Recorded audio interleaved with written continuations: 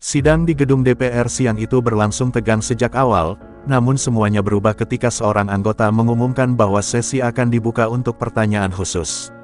Para wartawan yang memenuhi balkon langsung bersiap, kamera diarahkan ke meja saksi. Di tengah keramaian itu, Raffi berdiri perlahan, langkahnya penuh percaya diri, seolah semua perhatian memang miliknya sejak awal. Gemuruh kecil terdengar, sebagian penasaran, sebagian lain mencium aroma kontroversi yang akan pecah. Gibran duduk tegap di kursinya. Meski atmosfer ruangan semakin berat, ia terlihat santai, seolah sudah mengetahui apa yang akan terjadi. Beberapa anggota DPR memperhatikan wajahnya, mencari tanda kegugupan atau tekanan, namun yang terlihat justru ketenangan yang mengundang rasa penasaran. Tidak ada gerakan berlebih, tidak ada kerutan di dahi, hanya tatapan fokus yang sulit ditebak. Raffi akhirnya membuka suara, dan ruangan langsung hening. Ia melontarkan komentar bernada sinis, mengaitkan program digitalisasi desa dengan isu pencitraan politik. Nada bicaranya tidak keras, tetapi setiap kata dirangkai agar terdengar menusuk. Kalimat demi kalimat seakan didesain untuk menggugah emosi, memancing reaksi spontan dari wakil presiden. Wartawan yang duduk di baris depan langsung menyalakan perekam suara. Beberapa anggota DPR mulai memberi tanda tidak nyaman. Ada yang menggeleng halus, ada yang terlihat seperti sengaja menahan senyum, menunggu bagaimana Gibran merespons serangan yang tidak terduga tersebut. Satu dua orang yang biasanya berseberangan politik justru tampak lebih fokus daripada biasanya.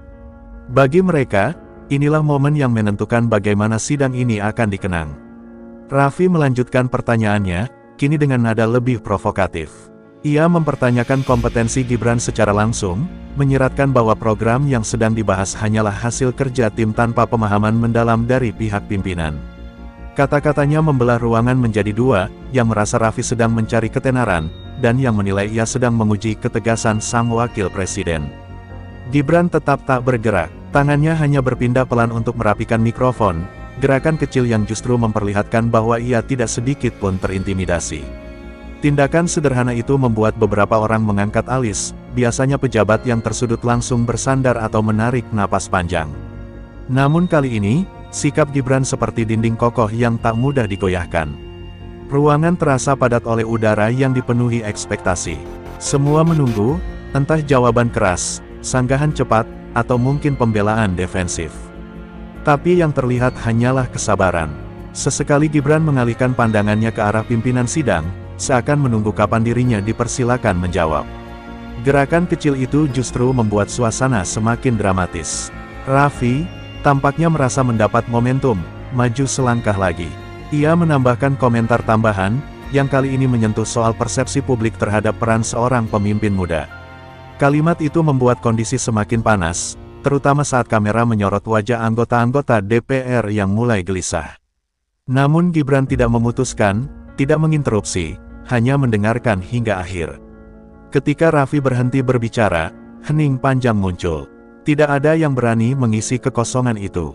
Seakan seluruh ruangan menahan napas, menunggu apa yang akan keluar dari mulut wakil presiden setelah rentetan serangan tersebut. Momen itu seperti titik perlambatan dalam film, di mana segala sesuatu terasa lebih berat dari biasanya. Dan di tengah atmosfer yang menggetarkan itu, Gibran mengangkat wajahnya, menatap langsung ke arah lawannya dengan sikap yang sulit ditafsirkan, bukan marah, bukan tersinggung, melainkan penuh kendali. Ia menarik napas pelan, lalu bersiap membuka jawaban, yang akan mengubah seluruh dinamika sidang. Ruangan masih diselimuti keheningan ketika Gibran mulai berbicara. Suaranya tidak meninggi, namun justru kelembutan nada itu membuat semua telinga terarah padanya. Ia memulai dengan mengakui bahwa kritik adalah bagian dari demokrasi, sebuah pembukaan yang langsung meredam ketegangan. Namun sorot matanya menunjukkan sesuatu yang lebih dalam, kesiapannya mengubah serangan menjadi ruang dialog yang elegan. Ia kemudian menyampaikan bahwa setiap program pemerintah tidak lahir dalam semalam. Dengan ritme teratur, Gibran menjelaskan bagaimana ia ikut menyusun konsep digitalisasi desa sejak tahap riset awal. Para anggota DPR yang sebelumnya ragu mulai mencatat, karena penjelasannya tidak terdengar seperti hafalan, melainkan pengalaman langsung dari proses panjang yang ia lalui.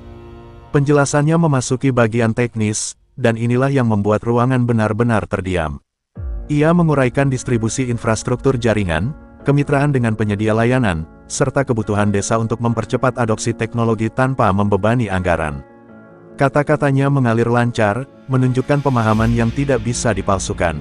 Beberapa anggota DPR tampak terkejut, terutama mereka yang sedari tadi menilai sidang akan menjadi panggung perdebatan dangkal. Satu persatu mereka mengangguk, tanda bahwa penjelasan ini bukan sekadar tanggapan, tetapi pelurusan informasi yang selama ini simpang siur. Bahkan pimpinan sidang tampak lebih fokus, seperti ingin memastikan tidak ada detail terlewat. Setelah menjelaskan fondasinya, Gibran menambahkan contoh konkret dari 5 desa yang telah menjalankan uji coba program tersebut. Ia menjabarkan kenaikan aktivitas UMKM berbasis digital, pertumbuhan kelas pelatihan daring, serta peningkatan akurasi data penduduk.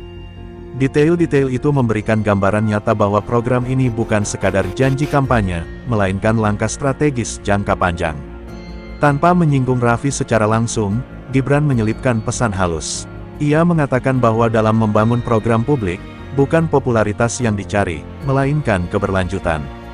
Kalimat itu membuat beberapa anggota DPR saling melirik, menyadari bahwa pernyataan tersebut adalah jawaban elegan untuk serangan sebelumnya. Raffi yang duduk di seberang tampak kaget.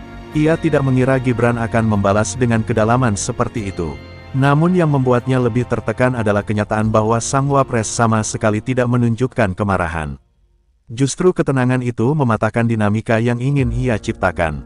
Gibran melanjutkan dengan menjelaskan bahwa ia memahami kegelisahan publik, terutama mereka yang belum merasakan dampak program secara langsung. Ia menegaskan bahwa transparansi adalah prioritas utama, dan ia berkomitmen untuk mengunjungi desa-desa yang tertinggal implementasinya agar tidak ada ketimpangan digital. Penegasan itu membuat beberapa wartawan mengangkat kamera lebih tinggi, menyadari ini adalah momen penting. Dalam satu paragraf singkat namun penuh makna, ia menyampaikan penghargaan kepada pihak yang memberikan kritik. Kritik yang membangun, katanya, adalah motor penggerak perbaikan. Namun ia menambahkan bahwa kritik harus berbasis data, bukan sekadar asumsi. Pernyataan itu kembali menusuk tanpa harus menyebut nama siapapun. Pimpinan sidang tampak puas dengan alur penjelasan tersebut. Ia mempersilakan Gibran menutup tanggapan, dan wapres itu mengakhiri dengan pernyataan sederhana. Ia mengajak semua pihak bekerja bersama demi kemajuan desa. Tidak ada nada sombong, tidak ada emosi yang meledak, hanya tekad yang terdengar tulus. Ketika mikrofon dimatikan, ruangan tidak langsung ramai. Justru sunyi sesaat, seolah semua orang masih mencerna apa yang baru saja diungkapkan. Sorot kamera bertubi-tubi mengarah padanya, menangkap setiap detail ekspresinya yang tetap stabil. Momen itu menjadi bukti bahwa kekuatan pemimpin tidak selalu dilihat dari suara yang lantang, tetapi dari cara mengendalikan suasana tanpa harus beradu amarah. Raffi hanya bisa menatap meja di depannya. Momentum yang ia bangun runtuh seketika, digantikan oleh kekaguman sebagian anggota DPR terhadap ketegasan halus yang ditunjukkan Gibran. Di luar, para wartawan sudah bersiap dengan narasi baru, bukan pertikaian, melainkan pelajaran tentang kendali diri yang mengubah arah sidang secara dramatis.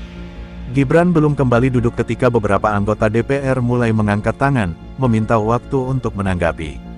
Pimpinan sidang mengangguk dan memberikan kesempatan pada salah satu anggota senior yang sejak awal memperhatikan dinamika antara Raffi dan Wakil Presiden. Anggota itu memulai dengan nada netral, tetapi ada kekaguman yang samar dalam setiap kata yang ia ucapkan. Ia menyatakan bahwa penjelasan Gibran barusan mematahkan asumsi yang berkembang di luar sana, dan bahwa program digitalisasi desa ternyata memiliki fondasi teknis yang sangat kuat. Komentar itu memicu reaksi berantai.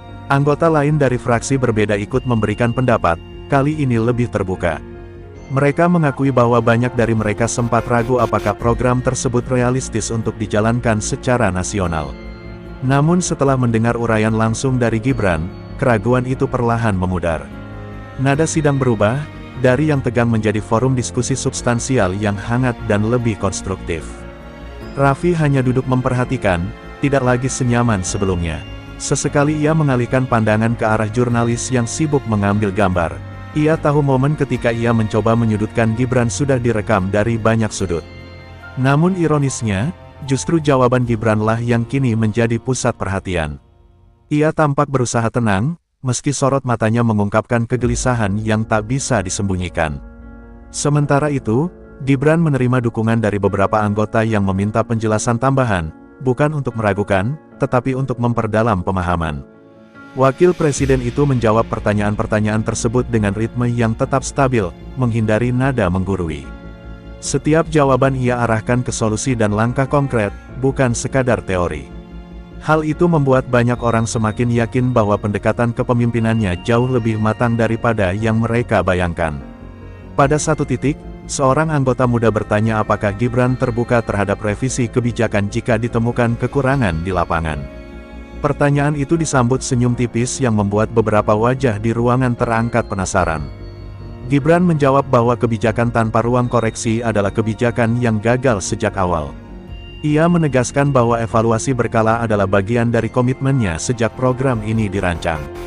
Jawaban itu langsung memicu tepuk meja kecil sebagai tanda apresiasi.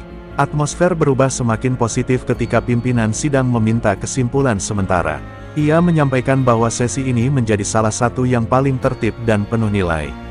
Pujian tersebut membuat sebagian peserta sidang tersenyum, menyadari bahwa tensi tajam di awal kini berganti menjadi ruang kolaborasi. Bahkan beberapa yang biasanya kritis tampak lebih terbuka menerima ide-ide baru yang diajukan. Di baris belakang, para wartawan sibuk mencatat perubahan suasana. Mereka seakan menemukan bahan liputan yang jauh lebih menarik daripada sekadar adu argumen. Narasi yang terbentuk bukan lagi pertengkaran atau drama politik, melainkan kontras antara provokasi dan ketenangan yang berbuah kemenangan moral. Kamera terus menyorot Gibran, menangkap bagaimana ia tetap menjaga ekspresi tanpa berlebihan. Raffi akhirnya meminta kesempatan berbicara kembali. Pimpinan sidang memberinya waktu singkat. Dengan suara yang lebih pelan, ia mengakui bahwa beberapa poin yang disampaikan Gibran memang belum ia ketahui secara mendalam. Kalimat itu bukan permintaan maaf secara langsung, tetapi cukup untuk menunjukkan bahwa ia memahami situasi telah berubah. Pernyataan itu disambut dengan keheningan yang menunjukkan rasa hormat. Gibran merespons dengan sikap profesional. Ia menyampaikan bahwa kritik dari tokoh publik seperti Raffi sangat penting untuk memastikan program berjalan transparan. Kalimat itu membawa angin segar, menurunkan ego dalam ruangan dan mengingatkan bahwa tujuan utama sidang ini adalah kepentingan masyarakat. Sikap tersebut membuat Gibran terlihat bukan hanya berpengetahuan, tetapi juga berjiwa besar. Sesaat kemudian, pimpinan sidang menyatakan bahwa waktu hampir habis. Ia menutup sesi dengan pernyataan bahwa seluruh masukan akan dijadikan catatan resmi untuk evaluasi program nasional. Suasana setelah itu menjadi lebih rileks. Beberapa anggota berdiri, menyalami Gibran, bahkan beberapa menawarkan kerjasama lintas fraksi untuk memperkuat implementasi digitalisasi. Ketika Gibran berjalan meninggalkan meja, sorot kamera mengikuti langkahnya. Tidak ada tepuk tangan, namun ada penghormatan yang terasa dalam keheningan itu. Apa yang dimulai sebagai upaya menjatuhkan reputasinya justru berubah menjadi pembuktian bahwa ketenangan dapat menjadi kekuatan yang membalikkan situasi. Di luar ruangan sidang, para jurnalis sudah berkumpul menunggu komentarnya. Namun sebelum memberikan pernyataan, Gibran memastikan satu hal, bahwa diskusi yang tadi berlangsung tidak akan berhenti di ruang rapat saja, tetapi berlanjut hingga masyarakat merasakan manfaatnya. Sebuah akhir yang mengukuhkan bahwa sidang tersebut bukan sekadar ajang debat, melainkan fondasi bagi langkah-langkah besar yang akan datang. Keluar dari ruang sidang, Gibran langsung disambut angin sore yang menyapu halaman depan gedung DPR.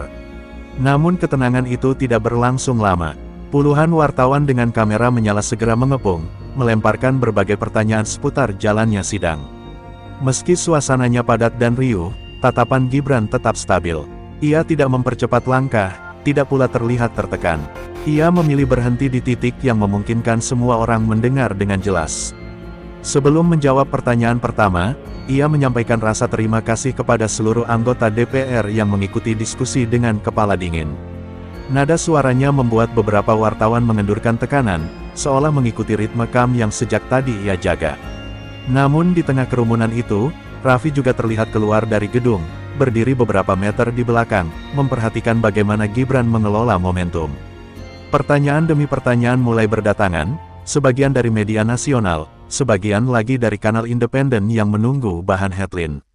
Salah satu wartawan bertanya apakah Gibran merasa tersudut oleh komentar Raffi di sidang. Dengan senyum yang nyaris tak terlihat, Gibran menjawab bahwa kritik selalu punya tempat, dan ia tidak pernah menganggapnya sebagai ancaman. Kalimat itu langsung menciptakan bisik-bisik di antara para jurnalis yang menyadari kekuatan naratif dari gaya Gibran. Wartawan lain bertanya tentang tanggapan publik yang kemungkinan menganggap sidang tadi sebagai ajang drama politik. Gibran menegaskan bahwa substansi selalu lebih penting daripada sorotan kamera. Ia menekankan bahwa rakyat menunggu hasil, bukan keributan.